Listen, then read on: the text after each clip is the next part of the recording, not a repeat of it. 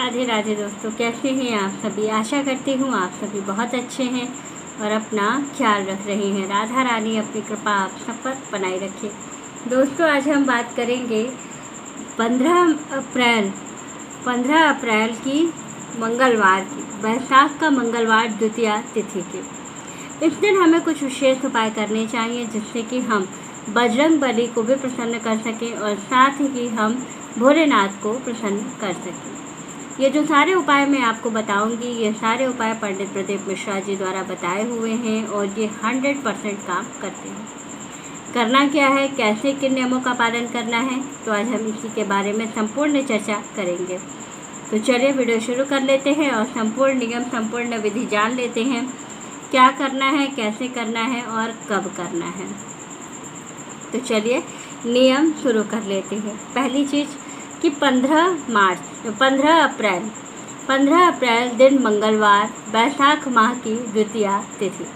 जैसा कि बैसाख माह आप सभी को पता है कि बैसाख माह में विशेष रूप से जो है शंकर जी और हनुमान जी की आराधना की जाती है। बैसाख माह में हम किसी भी देवी देवता की पूजा करते हैं या जो भी हम दान करते हैं उसका हमें संपूर्ण फल प्राप्त होता है। बैसाख का महीना जो होता है ये बहुत ही पवित्र और पुनीत महीना है। इस महीने में 14 तारीख को जब सत्तु संक्रांति हो जाती है तो फिर आपके सारे शुभ कार्य यानी मांगलिक कार्य शुरू हो जाते हैं। जो एक महीने का खरमास था उसका समापन हो चुका है और अब जो है हमारे सारे शुभ कार्य, मांगलिक कार्य शुरू हो जाएंगे। इसी के साथ हमें पूजन पाठ पे भी उतना ही ध्यान देना चाहिए जितना कि हम अपने मांगलिक कार्यों पर ध्यान देते हैं। तो उपाय आपको यही बताऊंगी कि मंगलवार के दिन बजरंग बली को कैसे प्रसन्न करना है और साथ ही शंकर जी पर क्या चीज़ें चढ़ाने से हमें विशेष रूप से संपूर्ण फल की प्राप्ति हो जाती है और हमारी मनोकामनाएं बहुत जल्दी पूरी होने लगती हैं। तो करना क्या है, आइए चलिए संपूर्ण नियम बता देती हूँ। मंगलवार का दिन जैसा कि आप सभी को पता है कि हनुमान जी को समर्पित है।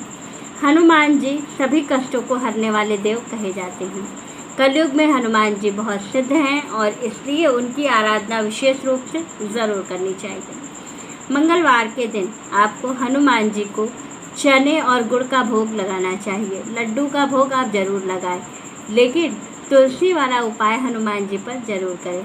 करना क्या है, हनुमान जी को चोला चढ़ाएं हर मंगलवार को। अगर आप प्रत्येक मंगलवार को हनुमान जी को चोला चढ़ाते हैं तो जो आपकी इच्छाएं हैं, जो मनोकामनाएं हैं, वो बहुत ही जल्दी पूरी होने लगती हैं।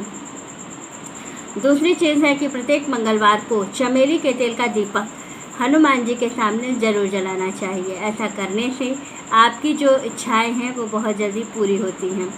दूसरी चीज़ है कि हनुमान जी को प्रसन्न करने के लिए सबसे महत्वपूर्ण होता है तुलसी दल, क्योंकि तुलसी दल में हमेशा जो है वो सीता जी का वास माना गया है। तो सीता जी को वो अपनी माँ मानते थे, इसलिए जो है हनुमान जी को हमेशा जब भी मंगलवार को आप पूजन करें तो तुलसी दल के रूप में ज़रूर चढ़ाएं। ऐसा करने से हनुमान जी बहुत जल्दी प्रसन्न होते हैं। भोग में उनके हमेशा तुलसी ज़रूर डालें। जब तक कि आप हनुमान जी के भोग में तुलसी नहीं डालते हैं, हनुमान जी को उनका कहा जाता है कि भोग पूरा नहीं होता है। तो आपको जो है हनुमान जी के भोग में याद से हमेशा तुलसी ज़रूर डालनी है। अब हम बात करेंगे शंकर जी के उपायों की। शंकर जी का उपाय करने के लिए बैसाख का महीना है तो आप ठंडा जल लेकर के किसी भी शिव मंदिर में ज़रूर जाएं।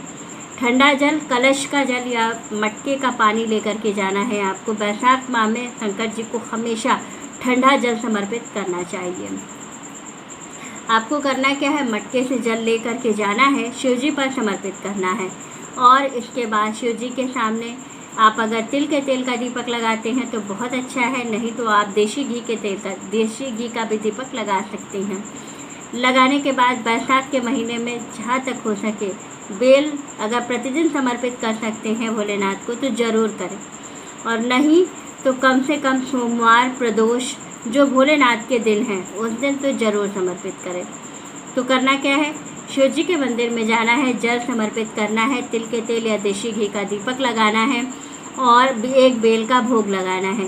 इसके बाद आपको क्या करना है, मेन उपाय आपको 3 जो है तुलसी की पत्तियां लेकर के जानी है। 3 तुलसी की पत्ती गिन करके 3 तुलसी की पत्ती आप लेकर के जाइएगा। भोलेनाथ पर आपको तुलसी नहीं अर्पित करनी है, क्योंकि भोलेनाथ को तुलसी नहीं चढ़ती है। तो करना क्या है, ये 3 पत्तियाँ लेकर के तुलसी की जानी है, उसमें चंदन लगाना है। चंदन लगा करके अशोक सुंदरी वाले स्थान पर जो है आप तुलसी को समर्पित कर दीजिएगा, अपनी मनोकामना, अपनी इच्छा, अपनी समस्याएं, अपना कष्ट कहते हुए। अगर आप ऐसा करते हैं तो बहुत जल्दी भोलेनाथ प्रसन्न होते हैं। अशोक सुंदरी का जो स्थान होता है वो बहुत महत्वपूर्ण होता है शिवलिंग में, और अगर आप भोलेनाथ को शिवलिंग पर अगर आप समर्पित करते हैं तुलसी, तो बहुत जल्दी आपकी कामना की सिद्धि हो जाती है। जो अशोक सुंदरी वाला स्थान है वहाँ पर चढ़ाना है, शिवलिंग पर आपको तुलसी चढ़ानी नहीं है, याद रखिएगा। उसके बाद से आपको बेल का भोग लगा करके तुलसी के सामने, शिवलिंग के सामने दीपक अर्पित कर जलाना है, और दीपक जला करके अपनी मनोकामना कहते हुए किसी अच्छे मंत्र का जो आपको आता हो, जो आपको ईजी लगे, उस मंत्र का बैठ करके जप करना है, तो आपकी मनोकामनाएं बहुत जल्दी पूरी होंगी। ये सारे उपाय पंडित प्रदीप मिश्रा जी द्वारा बताए हुए हैं, इसलिए ये 100% काम करते हैं।